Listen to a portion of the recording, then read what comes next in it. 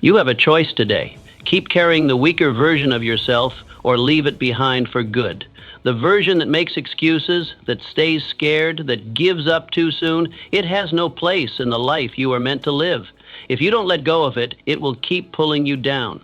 But if you kill it now, you open the door to real strength, real confidence, real freedom. It's your time. Don't waste it staying small. In a few moments, you will learn how to break free from weakness and step fully into the powerful life you deserve.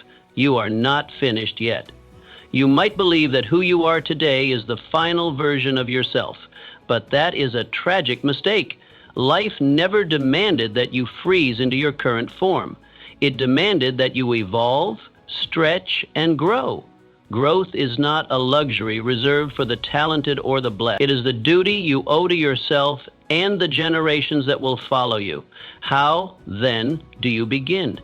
You begin by admitting that the weak version of you is not the real you. It is merely a shadow, a hesitant whisper against the roaring potential placed within you. Imagine an acorn refusing to become an oak tree. What a waste. You are the oak, not the acorn. Each day you stay stagnant, you deny yourself the thrill of seeing what you can truly become. Your comfort zone is nothing but a beautiful prison, adorned with familiar patterns and predictable outcomes. It promises safety, but delivers mediocrity. True growth occurs at the edges of discomfort, where uncertainty meets courage. When you push past what you thought were your limits, you discover they were merely suggestions, boundaries drawn by fear rather than capability. Remember when you first learned to walk? You fell countless times, yet never once did you conclude walking wasn't for you. That childlike persistence, the refusal to accept limitation, is still within you, waiting to be reclaimed. Your potential doesn't diminish with age. It expands with experience. Every challenge overcome adds to your arsenal of strengths. Every failure teaches lessons that success never could. The universe hasn't finished writing your story. There are chapters yet unwritten, talents yet undiscovered, and impacts yet unmade. To settle now would be to close the book prematurely. Look around at nature. Nothing in creation remains static. Rivers carve through mountains, seeds burst through concrete, and stars explode to birth new galaxies. You are part of this ever-evolving cosmos, not exempt from its fundamental law of transformation. So reject the notion that you have peaked. Dismiss the voice that whispers, enough. Embrace instead the exhilarating truth that your greatest self lies ahead, not behind. What dream have you abandoned? What skill have you neglected? What truth have you avoided? These are not random questions, but signposts pointing toward your next evolution. So ask yourself, are you willing to live and die as a faded version of yourself? Or will you rise with the fire of transformation and become the masterpiece you were born to be? The choice, my friend, is entirely yours to make. But know this, you are not finished yet, not even close. Excuses are chains. You have built palaces of excuses, brick by brick, to protect the weaker self. But no fortress built on fear can save a soul meant to conquer. Excuses seduce you. They tell you, not today, maybe later.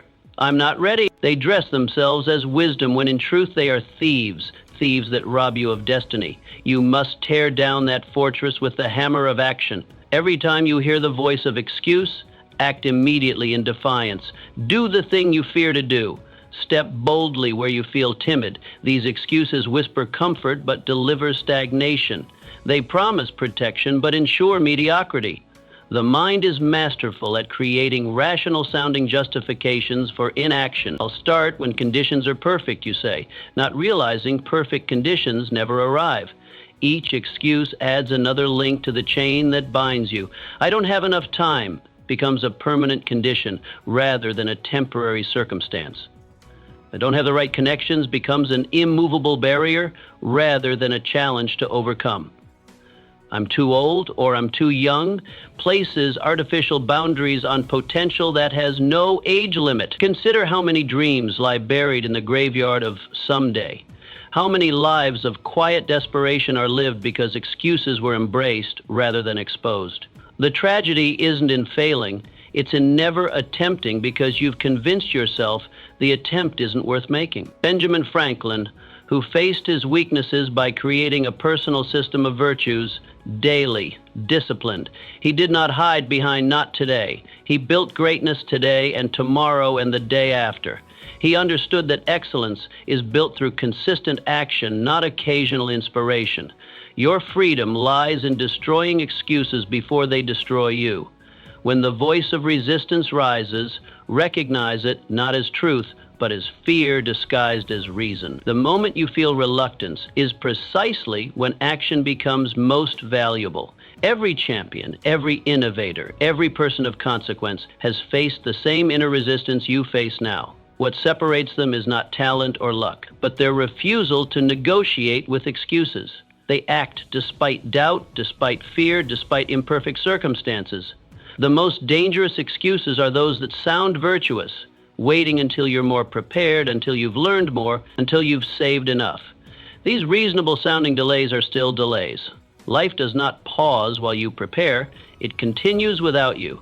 Challenge yourself to live one day without a single excuse. Notice how different decisions emerge when "I can't" is removed from your vocabulary. Notice how capability expands when limitations are questioned rather than accepted. The chains of excuse tighten so gradually you barely notice their weight until they've immobilized you completely. Breaking free requires not gradual loosening, but decisive shattering. The bold declaration that from this moment forward, results matter more than reasons. Look within. What excuse have you been nurturing as truth? Are you brave enough to cut it at the root and stand victorious? Whatever justification you've clung to, whatever rationalization has kept you comfortable but small, name it, face it, and demolish it. Your potential awaits on the other side of excuses. Your greatness lies beyond the wall of "I can't." Your destiny unfolds when you exchange explanations for executions. The chains that bind you are of your own making. The key that unlocks them is in your hands. Comfort is a coffin comfort. Lulls you into a silent death. It is the poison that feels like honey, but kills like venom. The weak version of you is addicted to comfort, but you are called for conquest. Each step out of your comfort zone is a blow to the frailty within you. How can you destroy the addiction? Start small. Take the cold shower. Start the awkward conversation. Push 1 mile further than you think you can. Stretch yourself until discomfort becomes your new home, because greatness lives there. The human spirit was never designed for stagnation. Look at history's giants. They did not achieve immortality by nestling into routine. They clawed their way forward, bleeding if necessary, sacrificing comfort on the altar of achievement. Your muscles do not grow stronger without the burn of resistance. Your mind does not expand without the strain of challenge. Why, then, do you expect your character to develop while cushioned in ease? Comfort whispers seductive lies. You've earned a break. You deserve to relax. Why push when you can coast? These sweet deceptions mask a bitter truth. What you're really choosing is slow decay. The law of nature permits no middle ground. You're either growing or dying, advancing or retreating. Your ancestors did not have the luxury of comfort. They fought predators, survived winters, crossed oceans, and built civilizations, all while embracing discomfort as the price of survival. The comfort you cling to dishonors their struggle. It squanders the resilient DNA they fought to pass down to you. Thomas Edison, failing thousands of times, never comfortable. But he lit the world. He embraced discomfort, while others curled up in their beds of excuses. What if he had stopped at failure 100 or 1,000? The world would have waited longer for light. How many gifts are you withholding from the world because you refuse to endure temporary pain? The coffin of comfort has many chambers. The extra hour of sleep that dulls your edge, the easy conversation that avoids the important truth. Each seems harmless alone, yet together they embalm your potential, preserving you in a state of living death. Physically present, but spiritually dormant. Break free. Feel the exhilaration of voluntary hardship. When you choose discomfort deliberately, you reclaim power over your circumstances. The cold shower you dread becomes a victory before your day begins. The difficult conversation you avoid becomes a bridge to deeper connection. The extra mile when your body screams to stop becomes testimony to your unconquerable will.